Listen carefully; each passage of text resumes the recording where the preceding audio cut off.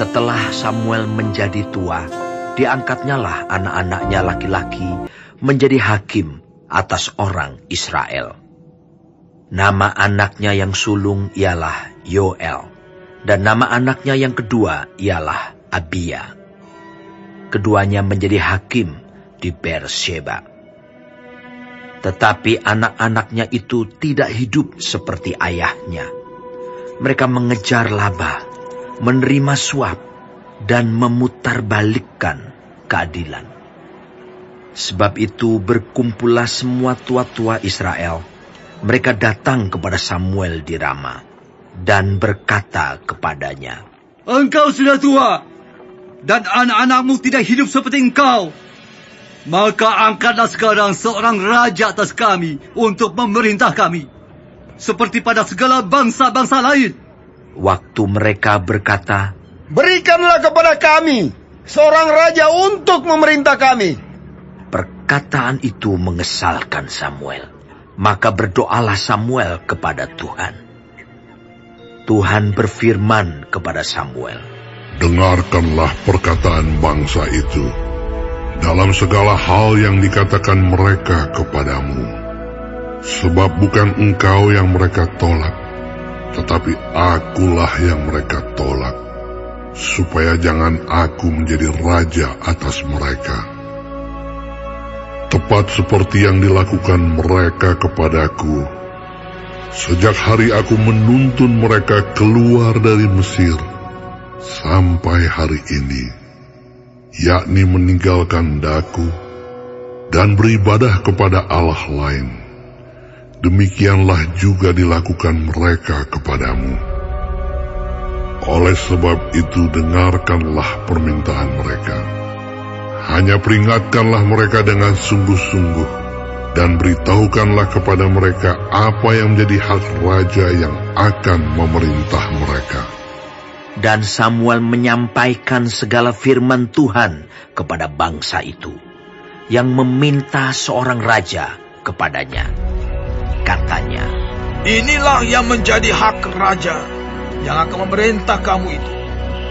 Anak-anakmu laki-laki akan diambilnya dan dipekerjakannya pada keretanya dan pada kudanya, dan mereka akan berlari di depan keretanya. Ia akan menjadikan mereka kepala pasukan 1.000 dan kepala pasukan 50. Mereka akan membajak ladangnya dan mengerjakan penuaian baginya. Senjata-senjatanya dan perkakas keretanya akan dibuat mereka.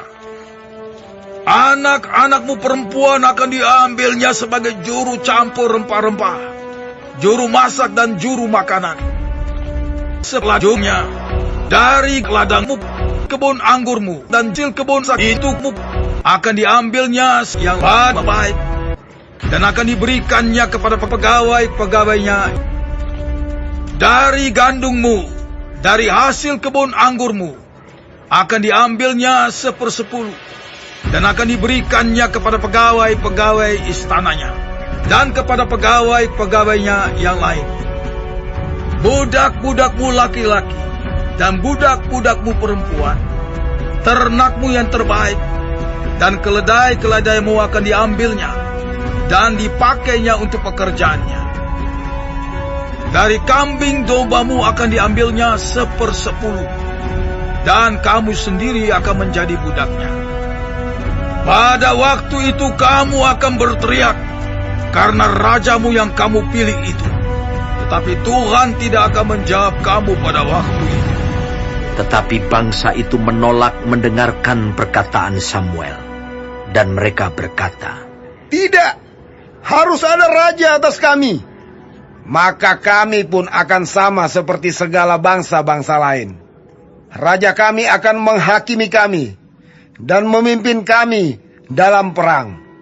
Samuel mendengar segala perkataan bangsa itu dan menyampaikannya kepada Tuhan. Tuhan berfirman kepada Samuel, "Dengarkanlah permintaan mereka, dan angkatlah seorang raja bagi mereka." Kemudian berkatalah Samuel kepada orang-orang Israel itu, "Pergilah masing-masing ke kotanya,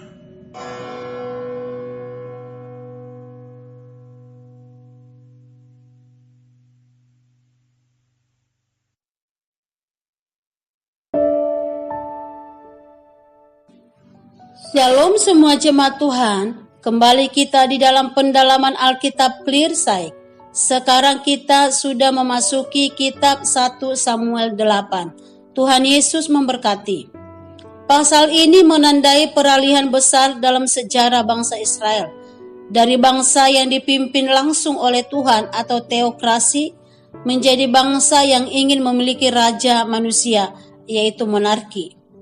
Yang pertama kita melihat di ayat 1-3. Samuel sudah tua dan anak-anaknya tidak setia.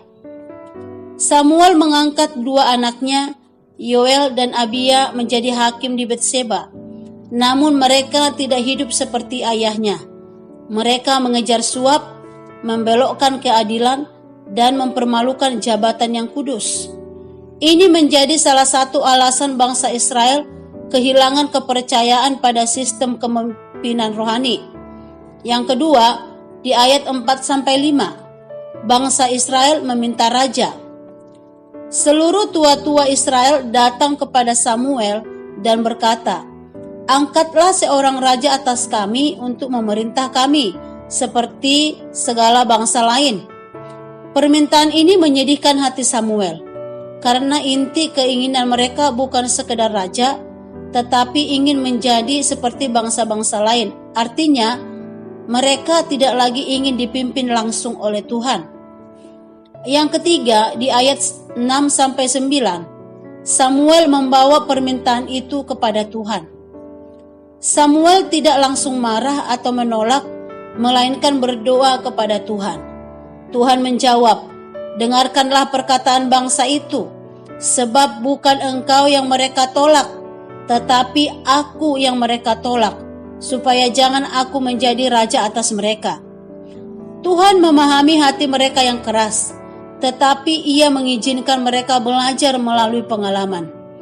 Namun Tuhan memerintahkan Samuel untuk menegur mereka dengan keras dan menjelaskan akibat dari permintaan mereka.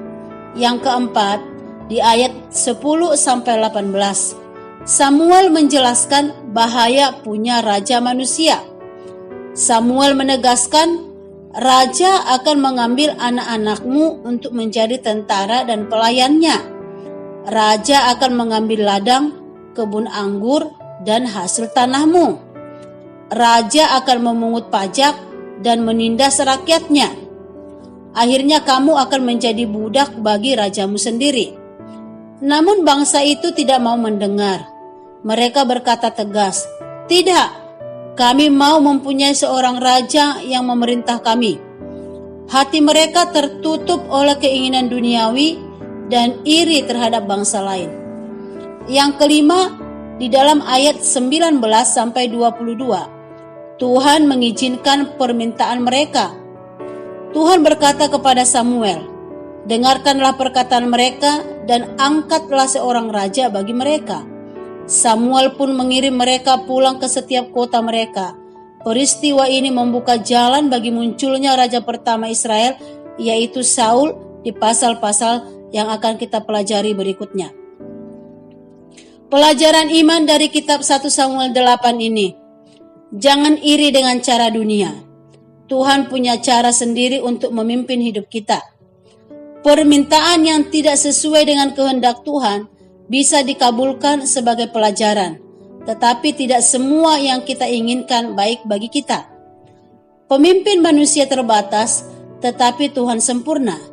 Andalkan Tuhan di atas segalanya.